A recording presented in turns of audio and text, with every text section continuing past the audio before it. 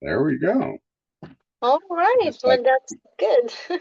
yeah, we've been talking a lot about making this recipe. Garlic, I garlic. made it a few times. It's Yes. and then um I don't know. It lasted me a long time because I made a huge batch last time. So Yes, it does last a long time in the fridge. And it's good for barbecue to dip the fries on. I mean, if people like strong garlicky flavors, yes, it is the go-to sauce, especially when it comes to sandwiches. I like that, and when grilling as well.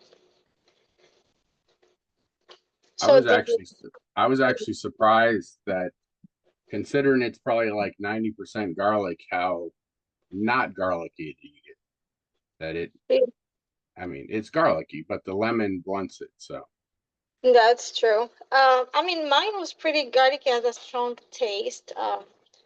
I'm not sure. You can put lemon as you can put vinegar. Um, it's both can work.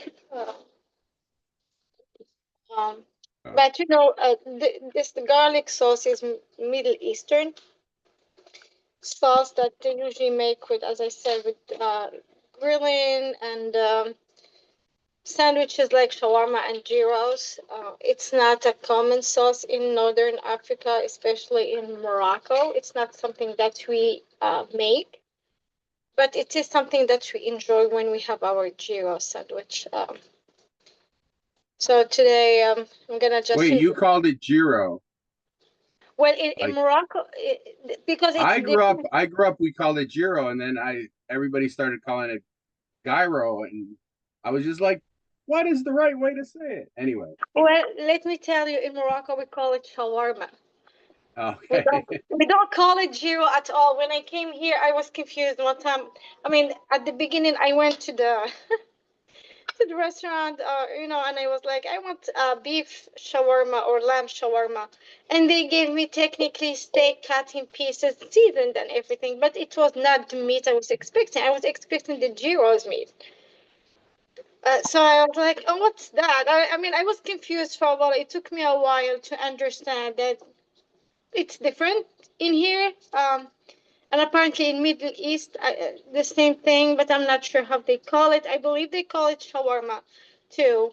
Um, but in Morocco, definitely, if you go to any fast food place that sells those kind of Middle Eastern sandwiches, it will be like even the billboard of the store will be shawarma and with another name, but shawarma definitely will be there. You will go there, you will ask about a lamb or a chicken shawarma, and you will have those big stations where they will start cutting the meat. Yeah, the thing that spins, yeah. Yeah.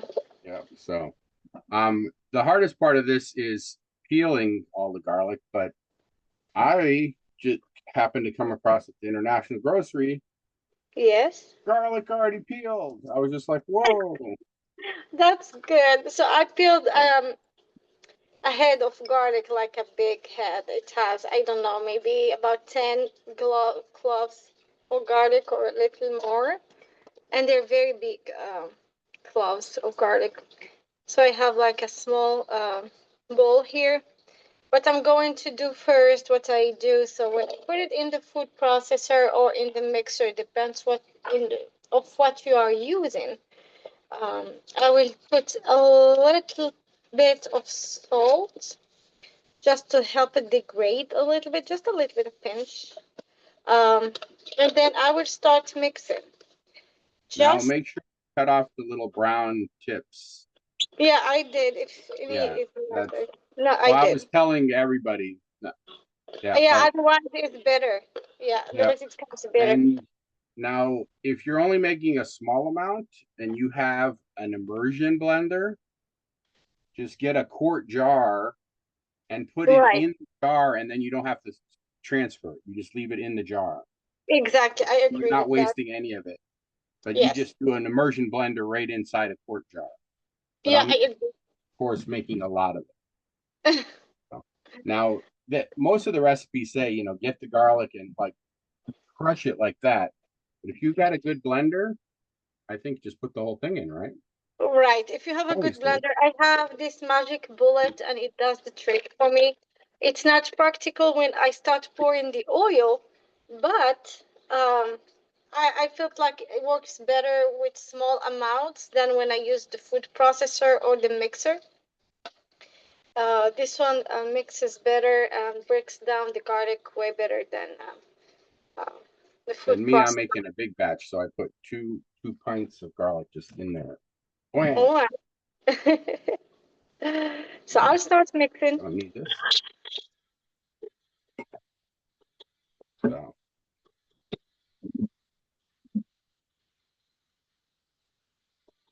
and just like that, I've got 2 pints of minced garlic. Look at that. See how minced that is? Right.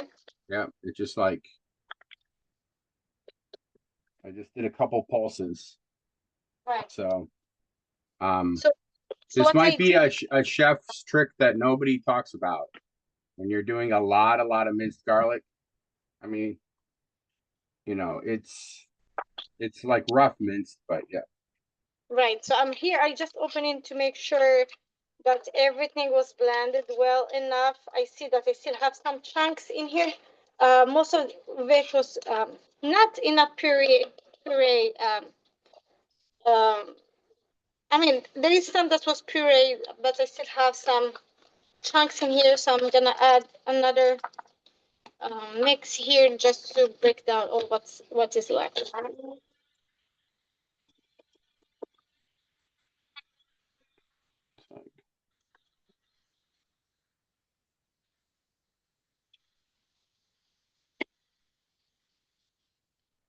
Okay.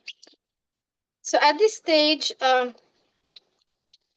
what I have to do is start pouring oil, small amounts. But before that, I'm gonna add a little bit of mustard, like what we do usually for mayo, just a little bit for the taste, and a little bit of vinegar, or you can put lemon. Few drops of mustard.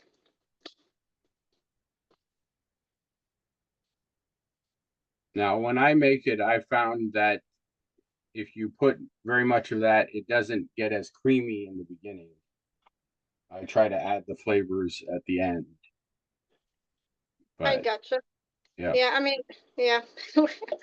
I know there's different recipes and different approaches, but yeah. so I added a really very tiny amount of mustard and a little bit of vinegar, like few drops.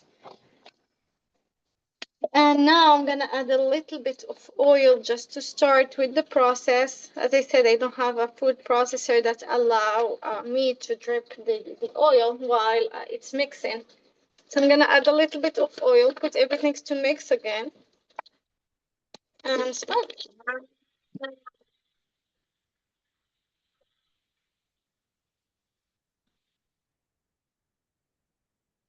And I will keep doing that, removing the lid, putting the oil, and doing it for several times. And when you're doing a small batch in a glass jar with the stick blender, it is Right. actually easier because you can just buzz it, add a little oil, buzz it, add a little oil. Yes, that's true. And I don't have that But tool, but it will be more practical. um, and what we're basically, I feel, just trying to turn this into like well, a paste.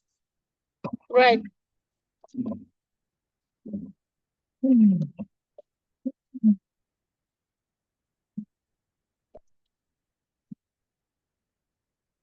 Just you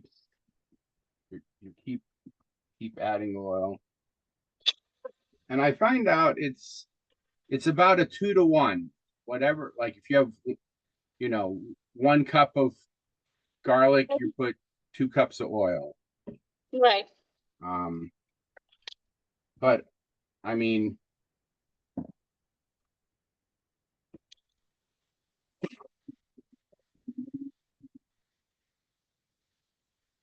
mean, look at that's like a liquid garlic, basically, just oil and garlic.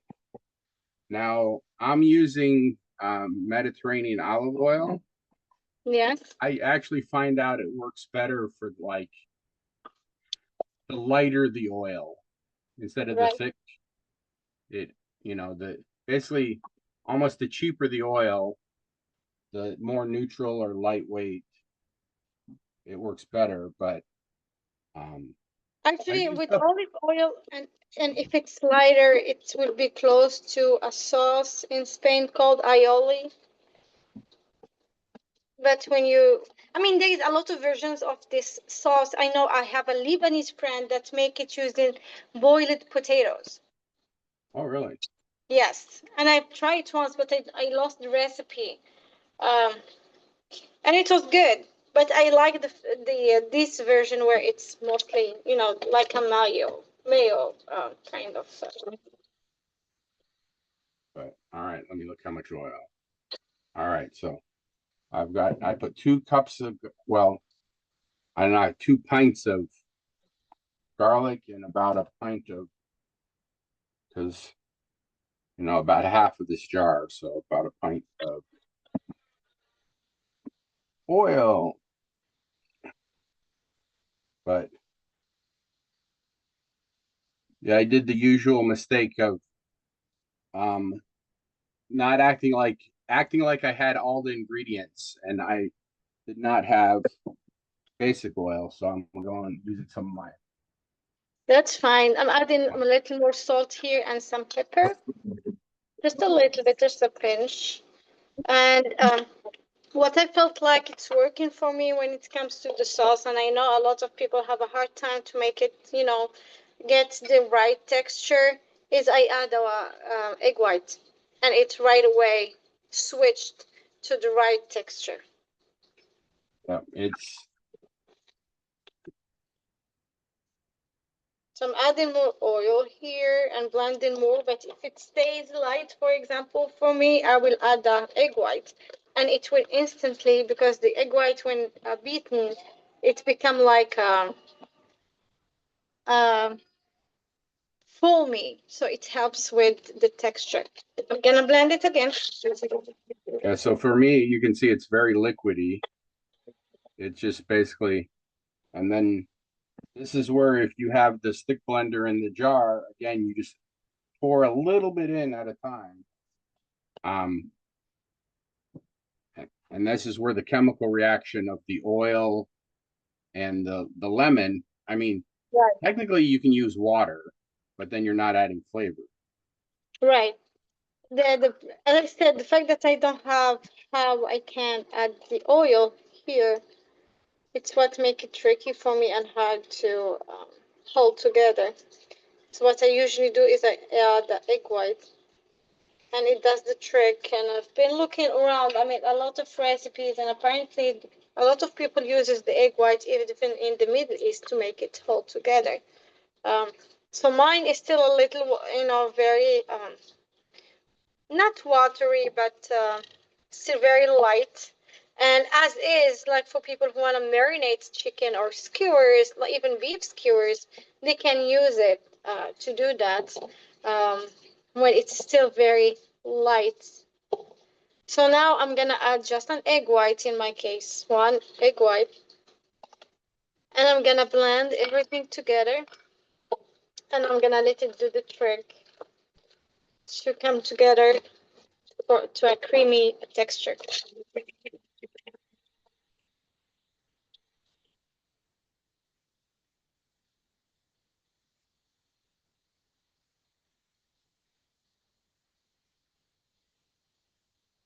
So you can see now it's almost not horrible. Where I, well, maybe not. Where I just added, in my case, some lemon juice. So basically It the is. oil and water mixed together and make it fluffy. Yes, I know. Like in Morocco, when we cook a tagine, we put olive oil with water first, and then we stir the jar, the pan until they incorporate it together, and it gives you like a more thicker mix. And then we start cooking.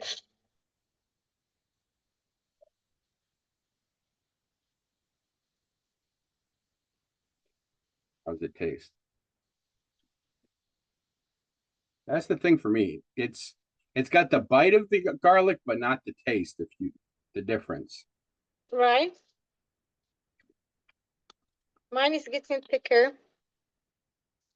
I mean, mine has a very strong garlic flavor, which I don't mind because I'm a garlic lover. I love garlic. Mhm.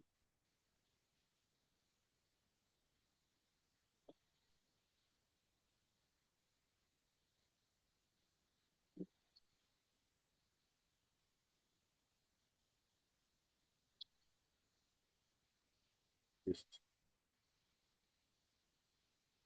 But yeah, definitely the science of mixing the oil and the water is always tricky for me. Do what? The science of mixing like the oil and the lemon juice to make it really emulsify is always tricky because if you do it too much, the heat Right, of it will make it separate again. You right. just want to like fluff it, and then if you blend it too much, it then breaks apart again. But that is so good.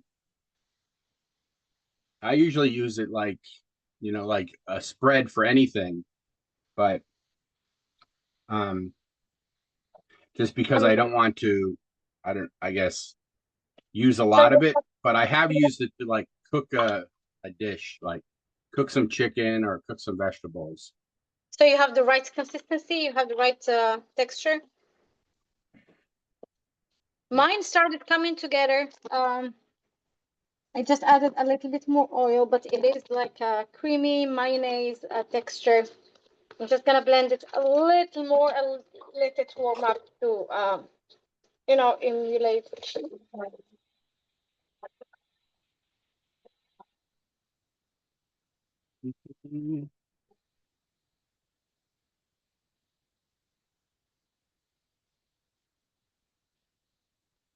So,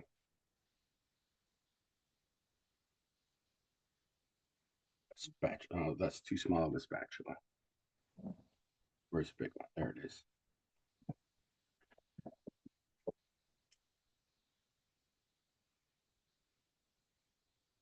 See?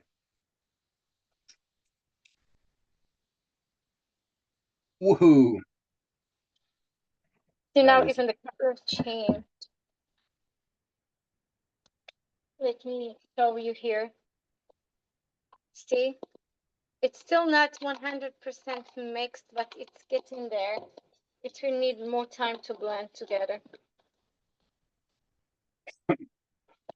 Oh man, this one, I take it back. This one is just garlic in your face compared to the last batch I made, like I said, didn't seem to have much garlic. This one, woo, Yeah, I know. It's strong. this one is much better. Yeah. Half of it set aside for my mom. And you said you put a little mustard in yours, huh? Oops. But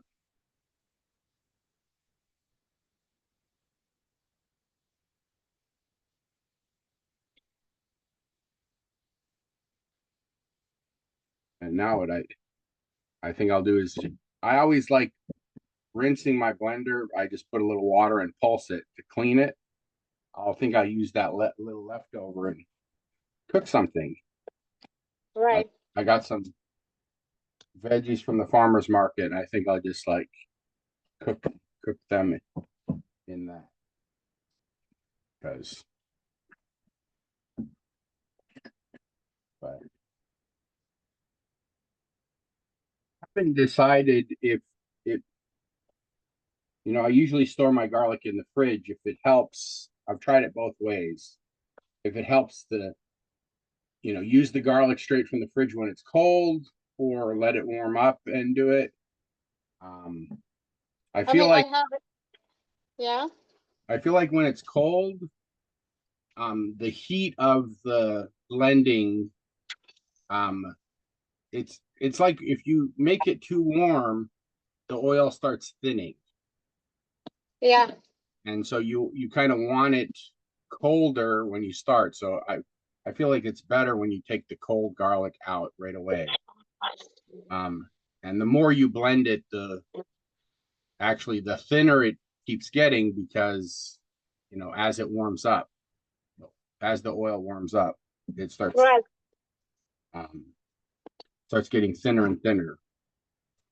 So See here now it's a mayo texture. yeah, yeah.